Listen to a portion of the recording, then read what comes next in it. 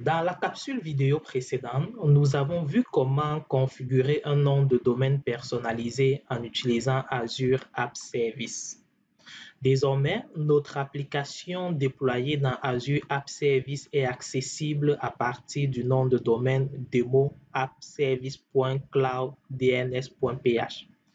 Mais, comme vous pouvez le constater, à partir de la notification que nous avons dans le navigateur Chrome, notre nom de domaine n'est pas sécurisé. Et si on revient également dans Azure App Service, on a également la notification qui nous fait savoir que notre nom de domaine n'est pas sécurisé parce qu'il nous manque une liaison SSL. Cette liaison SSL va consister à l'association de notre nom de domaine avec le certificat qui a été généré pour ce dernier. Il faudrait donc qu'on fasse générer un certificat pour ce nom de domaine auprès d'une autorité de certification reconnue. Mais dans le cadre de cette démonstration, je n'ai pas à ma disposition un tel certificat. De ce fait, je vais utiliser un certificat auto-signé qui va être généré en utilisant des commandes PowerShell.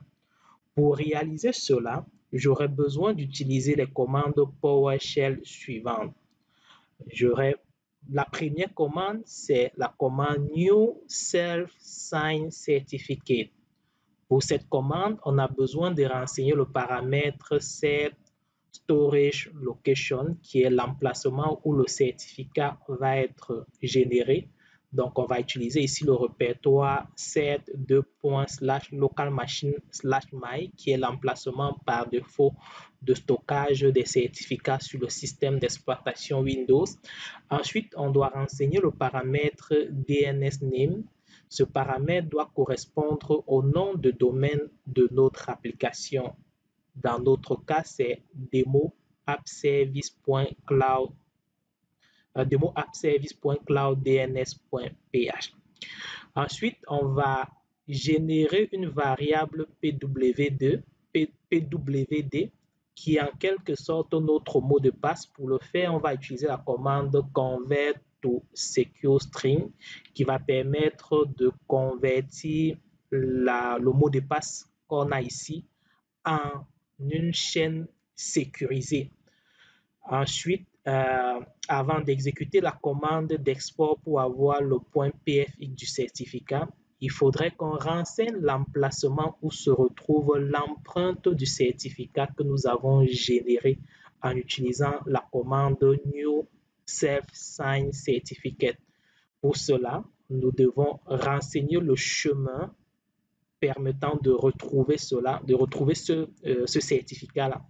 Et pour le faire, dans la variable set, on a la propriété thumbprint qui permet justement d'avoir l'empreinte qui sera utilisée pour identifier le certificat qui sera utilisé par la commande export pfx certificate lors de l'export de notre certificat.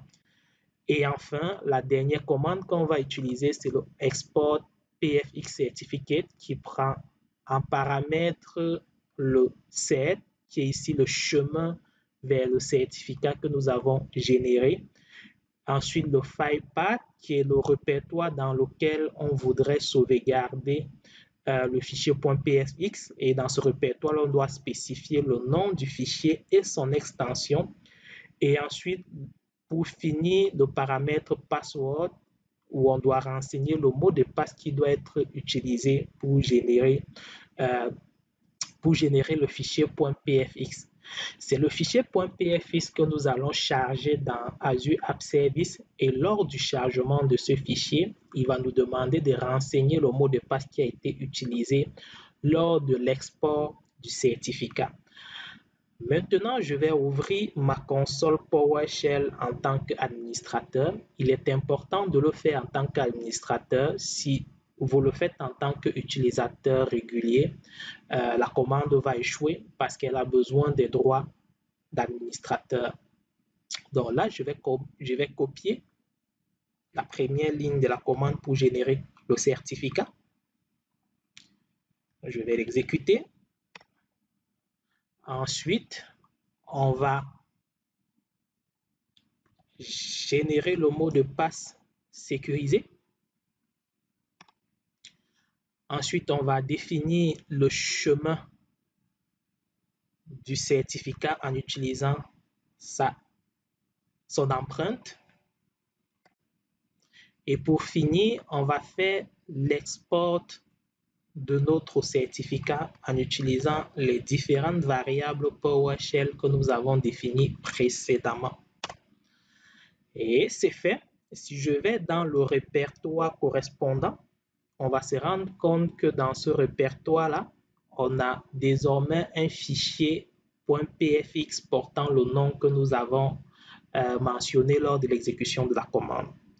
Nous allons maintenant retourner dans Azure App Service. Une fois l'ajout du domaine personnalisé notre nom de domaine en utilisant ce certificat. Un nouvel onglet de notre navigateur. Donc, pour le faire, on va tout simplement cliquer sur Ajouter que cela fonctionne correctement.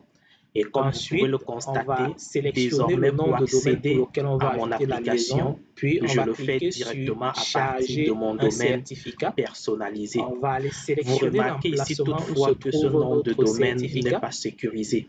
Et dans une prochaine capsule vidéo, nous verrons comment utiliser un certificat SSL pour sécuriser notre nom de domaine.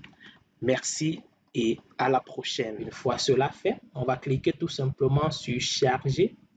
Et là, il va nous charger le certificat. Et tout ce qui va nous rester à faire, c'est de choisir l'empreinte. Donc ici, on va choisir l'empreinte et on va choisir le type de certificat. Pour finir, cliquez sur le bouton « Ajouter une liaison ». Donc, une fois cela fait, désormais, au niveau de Azure, on peut constater que notre nom de domaine est sécurisé grâce au certificat SSL. Toutefois, si on retourne dans Chrome et qu'on exécute notre application, il va nous dire qu'il ne truste pas le certificat parce que c'est un certificat qui est auto-signé. Il va de soi dans l'autorité qui a généré ce certificat n'est pas une autorité de certification valide. Mais si on avait généré notre certificat en utilisant une autorité de certification valide, à ce moment-là, on n'aurait plus eu cette notification au niveau de Chrome. Et aussi, on peut décider tout simplement de truster le certificat en question. Donc, si je décide de truster le certificat en question, Chrome ne va plus m'afficher ces messages. Mais l'objectif de la capsule, c'était de vous présenter comment est-ce que vous pouvez venir associer un certificat qui a été généré par une autorité de certification avec votre application et votre nom de domaine dans Azure App Service.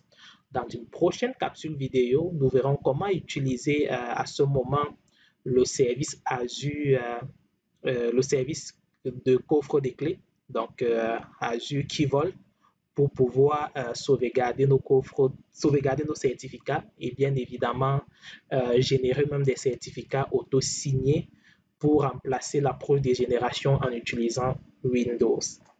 À tantôt!